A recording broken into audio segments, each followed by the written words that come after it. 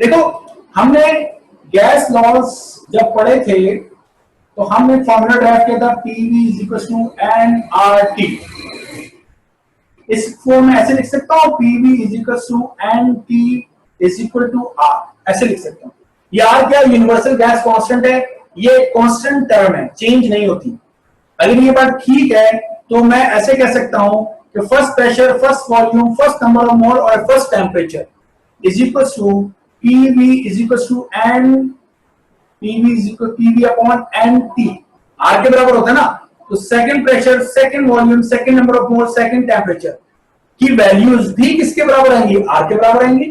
अगर तमाम first values एक कांस्टेंट के बराबर है तो तमाम सेकंड वैल्यूज भी कांस्टेंट के बराबर होगी, क्योंकि कांस्टेंट तो चेंज नहीं होता। और यही कॉन्सेप्ट हम लोगों ने बॉयल्स और चार्ल्स की डेरिवेशन के टाइम पे भी यूज किया था। P1 V1 is equal to P2 V2, कि फर्स्ट प्रेशर वॉल्यूम और सेकंड प्रेशर वॉल्यूम हमेशा बराबर होते हैं। V1 upon T1 is equal to V2 upon T2, Charles. First volume to temperature की ratio, second volume to temperature की ratio बराबर होती है। तो अगर ये R एक कांस्टेंट है, कांस्टेंट टर्म है, तो ये और ये चीज बराबर है, तो हम एक फॉर्मूला बना सकते हैं P1 V1 upon N1 T1 is equal to P2 V2 upon N2 T2। एक तो ये फॉर्मूला याद रखिएगा। दूसरा, इस फॉर्मूले को एक और तरीके से भी लिख सकते हैं, क्योंकि अगर हमारे पास एक कंटेनर है और उस कंटेनर में हमारे पास गैस है और वो गैस जो है, कुछ गैस उस कंटेनर से निकल गई हमारे पास, ये मेरी बात समझ में आ रही है। तो गैस तो वही है लेकिन उसका मास कम हो गया, नंबर ऑफ मोल कम हो गया। तो हम जानते हैं कि हम मोल्स को कैसे डिफाइन करते हैं, मास इन ग्राम अपॉन मॉलिक्यूलर मास। तो मैं अगर N1 लिखूंगा तो मैं लिखूंगा M1 अपॉन मॉलिक्यूलर मास, अगर N2 लिखूंगा तो लिखूंगा M2 अपॉन मॉलिक्यूलर मास। क्या करें, क्योंकि मॉलिक्यूलर मास तो सेम रहेगा ना, सेम गैस है तो मॉलिक्यूलर मास तो सेम है, सेम गैस है लेकिन उसका मास कम ज्यादा हो रहा है, तो M1 M2 लिख सकते हैं। तो ये M से M कैंसिल कर लेते हैं, तो इस फॉर्मूले को P1 V1 upon M1 T1 is equal to P2 V2 upon M2 T2, इस तरीके से भी हम यूज करते हैं। बस ये फॉर्मूला है, जो चीज दियो उसको इस फॉर्मूले में लिख दो, जो नहीं दियो उसको निकाल दो। मसलन प्रेशर वॉल्यूम की बात हो रही है तो P1 V1 P2 V2 इस्तेमाल करो, M1 T1 M2 T2 लिखने की जरूरत नहीं है।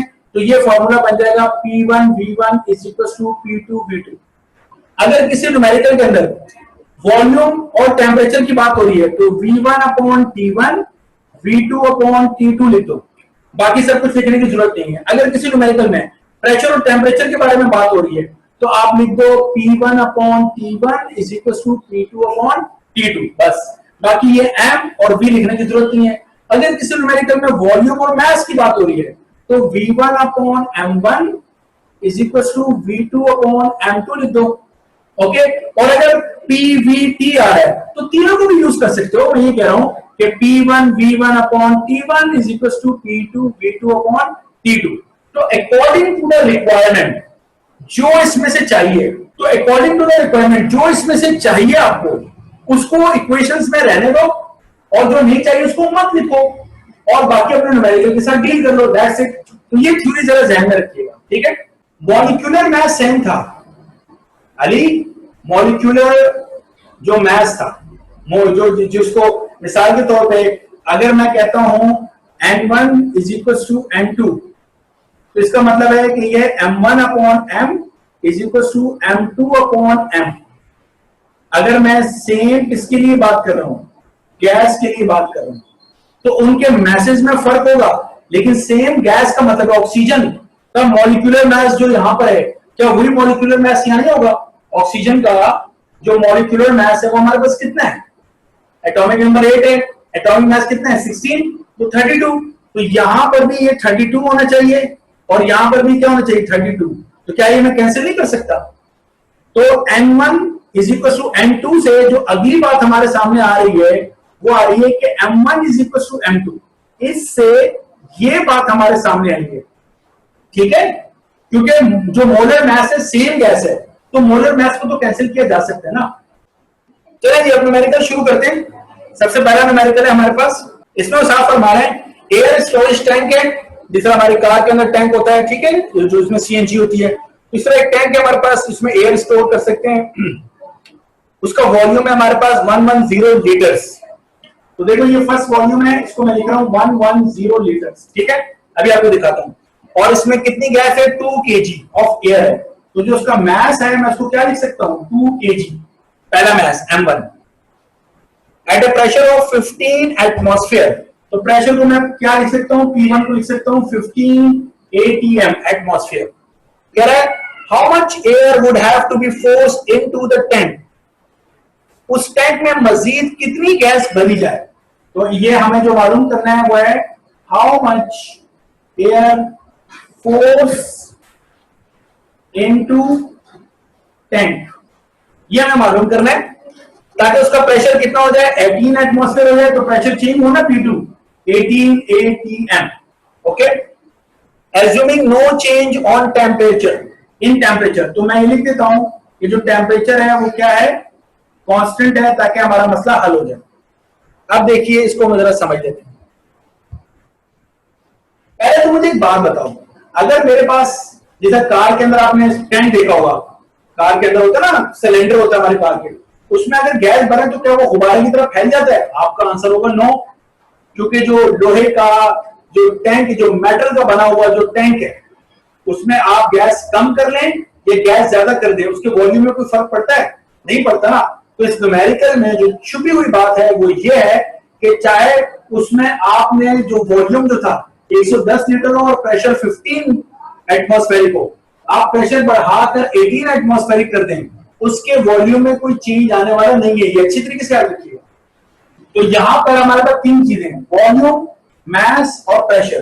तो क्या मैं ऐसे कह सकता हूं जो अभी मैंने आपसे बात की थी कि P1 V1 upon M1 T1 बराबर होगा P2 V2 upon M2 T2। अब वो आपसे कह रहे हैं कि टेम्परेचर तो कांस्टेंट है, तो टेम्परेचर T और T लिख दिए, सेम बात है। मैंने आपसे अभी कहा कि अगर वो मेटल का सिलेंडर है तो उसमें गैस ज्यादा करने से कम करने से उसके वॉल्यूम को तो फर्क पड़ने वाला नहीं है, क्या कह रहे आपका, है ना? तो वॉल्यूम सेम रहेगा। तो मैं इस इक्वेशन को ये T से T कैंसिल कर लेता हूं, ऐसे डील कर लेता हूं कि P1 V1 upon M1 is equal to P2 V2 upon M2। तो फर्स्ट प्रेशर मेरे पास कितना है 15, फर्स्ट वॉल्यूम मेरे पास कितना है 110 और फर्स्ट मास मेरे पास कितना है 2 kg। फिर मेरे पास प्रेशर कितना हो गया 18, वॉल्यूम मुझे नहीं दिया लेकिन मैं अभी आपको बता चुका हूं मेटल का टैंक है तो वॉल्यूम में कोई फर्क पड़ने वाला नहीं है। तो आप चाहे तो दोबारा 110 लिख दें और चाहे तो वॉल्यूम को पहले ही कैंसिल कर दें, जैसा मैंने टेम्परेचर कैंसिल किया था, आपकी मर्जी है, ठीक है। अपॉन अब जो सेकंड मास है वो कितना है हमें नहीं मालूम, तो ये तो पहले कैंसिल करें ना, ठीक है। उसके बाद यहाँ पे हम M2 की वैल्यू कैलकुलेट कर लेते हैं। M2 मेरे पास कितना हो जाएगा बताइए, ये सिर्फ ले आइए, बाकी ये 2 18 से मल्टीप्लाई हो जाएगा और 15 से डिवाइड हो जाएगा, तो 3 5 15 एंड 3 6 18, सही है। तो ये 2 6 कितना हो जाएगा 12 अपॉन 5, तो ये M2 की वैल्यू मालूम कर लेते हैं। तो क्लास ये हमारे पास जो जवाब आ रहा है, ये जवाब आ रहा है 2.4 kg। अब गौर से सुनिएगा, पहले उस सिलेंडर में कितनी गैस थी हमारे पास 2 kg थी, फिर हमने उसमें और गैस डाली, तो अब उसका मास कितना हो गया 2.4 kg हो गया, पूरे सिलेंडर का हो गया। तो पहले उस सिलेंडर का मास था 2 kg, अब उसका हो गया 2.4 kg।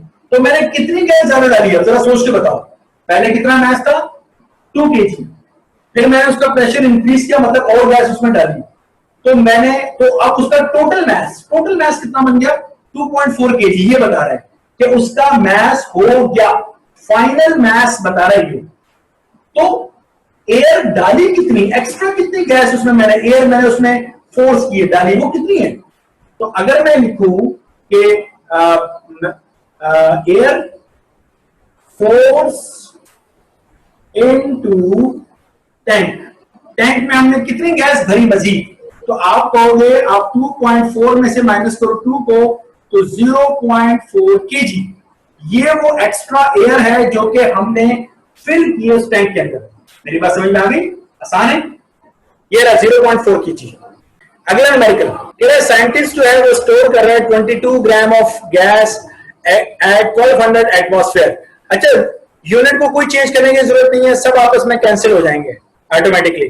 तो मास M1 कितना दिया हुआ है 22 और प्रेशर P1 दिया हुआ है। Overnight tank develops slight leakage। अब इस दफा टैंक लीक हो रहा है, उससे गैस निकल रही है एंड द प्रेशर उसका ड्रॉप होके 1200 से कितना हो गया 950 एटमॉस्फेयर हो गया। Calculate the mass of the gas escape. इस दफा कितनी गैस निकल गई उसमें से वो मालूम करना है। तो कितनी गैस इसमें से निकल गई वो हम कैलकुलेट कर लेते हैं। 2009 में मेडिकल है, कह रहे मास 22 ग्राम है, प्रेशर हमारे पास 1200 एटमॉस्फेयर था, उस टैंक में कुछ लीकेज हुआ, उसमें से गैस निकल रही है और प्रेशर ड्रॉप होकर 950 हो गया। तो वो कह रहे हैं कि हमें बताना है कि मास ऑफ गैस लीक, जो गैस इसमें से लीक हुई वो कितनी है। सॉल्यूशन बिल्कुल उसी तरीके से हम करेंगे।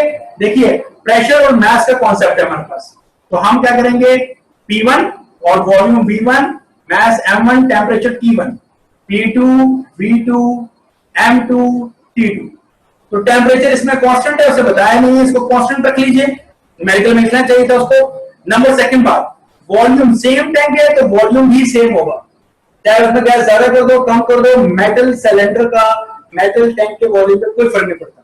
तो सबसे पहले तो इनसे जान छुड़ाओ, तो मेरे पास आ गया P1 upon M1, P2 upon M2।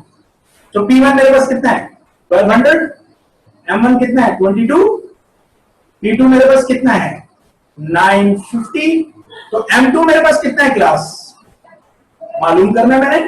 तो M2 मेरे पास हो जाएगा 22 मल्टीप्लाई बाय 950 डिवाइडेड बाय 1200।